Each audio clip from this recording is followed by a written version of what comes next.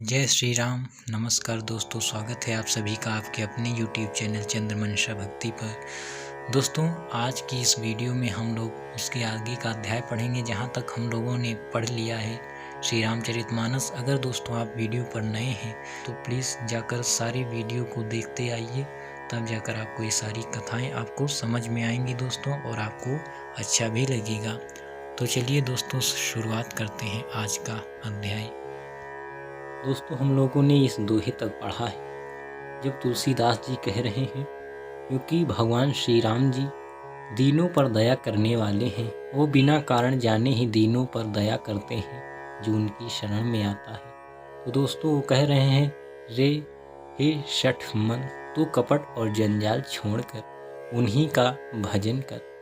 तो दोस्तों, हमें भगवान का भजन करना चाहिए। अपने काम में भी लगे रहो, ऐसा नहीं है, लेकिन काम को करते समय भगवान को स्मरण करते रहें, क्योंकि हम सब उन्हीं से जीवित हैं। ये सारा पृथ्वी, ये सारा जो संचालन हो रहा है उन्हीं के द्वारा हो रहा है दोस्तों।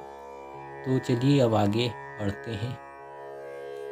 चले राम लक्ष्मण मुनि संगा, गए जहाँ जग पावनी गंगा। गाधि सुनो सब कथा सुनाई, जेहि प्रकार सुर सरी मही आई। श्री राम जी और लक्ष्मण जी मुनि के साथ चले वे वहाँ गए जहाँ जगत को पवित्र करने वाली गंगा जी थी। महाराज गाध के पुत्र विश्वामित्र जी ने वह सब कथा कह सुनाई, जिस प्रकार देव नदी गंगा जी पृथ्वी पर आई थी। दोस्तों, अब मुनि के साथ में राम लक्ष्मण चल देते हैं और वहाँ गए जहाँ जगत को पवित्र करने वाली, संसार को तारने वाली गंगा जी हैं। और जब वहाँ पहुँचे तो दोस्तों, महाराज गाध सून के जो पुत्र हैं महाराज गाध के, वो विश्वामित्र जी जो उनको साथ में लाए हैं, उन्होंने सारी कथा सुनाई कि गंगा जी कैसे पृथ्वी पर आई हैं और कैसे उनका यहाँ अवतरण हुआ है। तब प्रभु ऋषिन समेत नहाए, विविध दान मही देवानि पाए।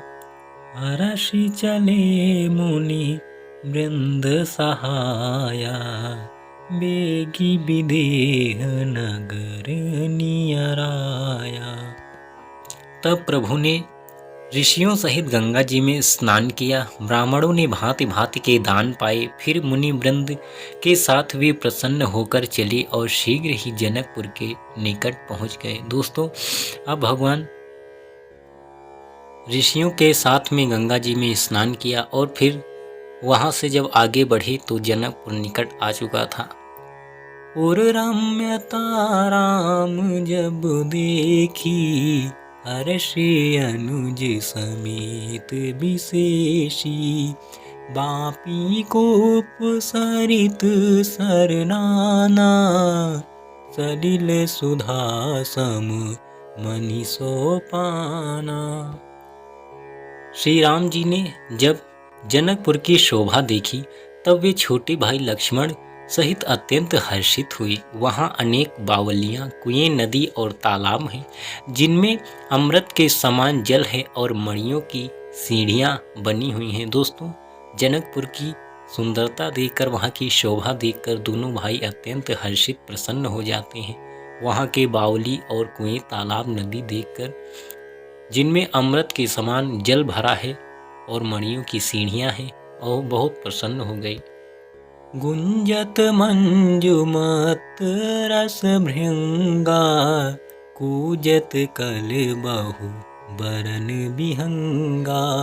बरन बरन बिक से बन जाता, त्रिविध समीर सदा सुख दाता। मकरंद रस से मतवाले होकर भौरे सुंदर गुंजार कर रहे हैं। रंग बिरंगे बहुत से पक्षी मधुर शब्द कर रहे हैं। रंग रंग के कमल खिले हैं। सदा सब ऋतुओं में सुख देने वाला शीतल मंद सुगंध पवन बह रहा है। दोस्तों, मकरंद रस से मतवाले होकर भंवरे सुंदर गुंजार कर रहे हैं। रंग बिरंगे पक्षी शब्द करते हैं और कमल के बहुत से फूल खिले हैं दोस्तों। और हमेशा शीतल मंद और सुगंधित पवन भी चलती है। सुमन बाटिका बागबन विपुल विहंग निवास, फूलत फलत सुपल्लवत सोहत पुर चहु पास।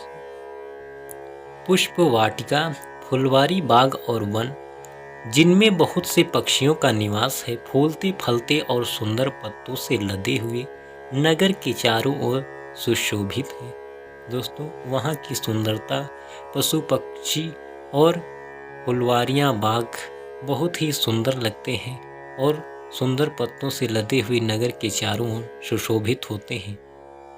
बनई न बरनत नगर निकाई, जहाँ जाई मन तहीं लोभाई, चारु बाजारु विचित्र अमारी, मणिमय विधि जनु स्वकर समारी। नगर की सुंदरता का वर्णन करते नहीं बनता, मन जहाँ जाता है वहीं लुभा जाता अर्थात रम जाता है। सुंदर बाजार है, मड़ियों से बने हुए विभिन्न छज्जे हैं, विचित्र छज्जे, और मानो ब्रह्मा ने उन्हें अपने हाथों से बनाया है। बहुत सुंदरता है दोस्तों वहाँ पर। सुंदर बाजार, मड़ियों से बने विचित्र छज्जे अर्थात महल और घर सारे वहाँ के बहुत ही सुंदर हैं। ऐसा लगता है ब्रह्मा जी ने स्वयं ही खुद बनाया है। धनिक बनिक बर धनद समाना, बैठे सकल वस्तु लय नाना, चौहट सुंदर गली सुहाई, संतत राहि सुगंध सिंचाई। कुबेर के समान श्रेष्ठ धनी व्यापारी सब प्रकार की अनेक वस्तुएं लेकर दुकानों में बैठे हैं। सुंदर चौराहे और सुहावनी गलियां सदा सुगंध से सिंची रहती हैं दोस्तों। वहाँ पर व्यापारी बाजार क्योंकि लगे हैं और बहुत सी वस्तुएं लेकर दुकानों पर बैठे हैं, और सुंदर चौराहे और सुहावनी गलियां सदा सुगंधित हवा से अर्थात सिंची रहती है, वहाँ सुगंध बरकरार रहती है। मंगलमय मंदिर सबके रे, चित्रित जनुरति नाथ चितेरे, पुर नर नारी सुभग सुचि संता, धर्मशील ज्ञानी गुणवंता। सबके घर मंगलमय हैं और उन पर चित्र कढ़े हुए हैं, जिन्हें मानो कामदेव रूपी चित्रकार ने अंकित किया है। नगर के सभी स्त्री पुरुष सुंदर पवित्र साधु स्वभाव वाले धर्मात्मा ज्ञानी और गुणवान हैं दोस्तों। वहाँ के रहने वाले लोग भी बहुत अच्छे हैं, मन और स्वभाव के बहुत धर्मात्मा ज्ञानी और गुणवान हैं। अति अनूप जहाँ जनक निवासु, बिथ काहि विबुध बिलो की बिलासु, होत चकित चित कोट बिलो की, सकल भुवन सो भाजन रोकी। जहाँ जनक जी का अत्यंत अनुपम सुंदर निवास स्थान है, महल है, वहाँ विलास ऐश्वर्य को देखकर देवता भी थकित स्तंभित हो जाते हैं। मनुष्यों की तो बात ही क्या, कोट राजमहल के परकोटे को देखकर चित्त चकित हो जाता है। ऐसा मालूम होता है मानो उसने समस्त लोगों की शोभा को रोक घेर रखा हो। दोस्तों, जहाँ राजा जनक का निवास स्थान है, जिस महल में वो रहते हैं, उसकी सुंदरता को देखकर मनुष्य तो का क्या देवता भी चकित हो जाते हैं, स्तंभित हो जाते हैं। ऐसा लगता है सुंदरता और शोभा को उसने वहीं पर रोक के रखा है। उसके परकोटे देखकर बहुत ही अच्छे लगते हैं, चकित हो जाते हैं लोग।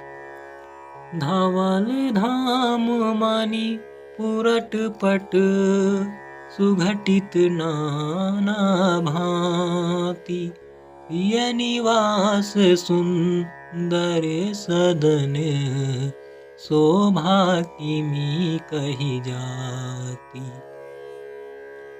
उज्ज्वल महलों में अनेक प्रकार के सुंदर रीति से बने हुए मणिजड़ित सोने की जरी के पर्दे लगे हैं।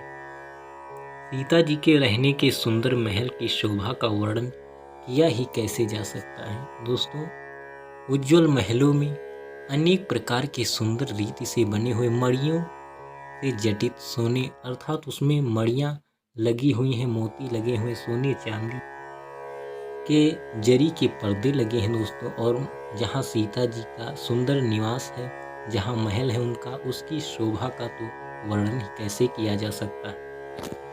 तो दोस्तों, आज के इस अध्याय में हम लोग इतना ही पढ़ेंगे। आगे की रामचरितमानस को हम अगले अध्याय में पढ़ेंगे। तब तक के लिए जय श्री राम, नमस्कार दोस्तों।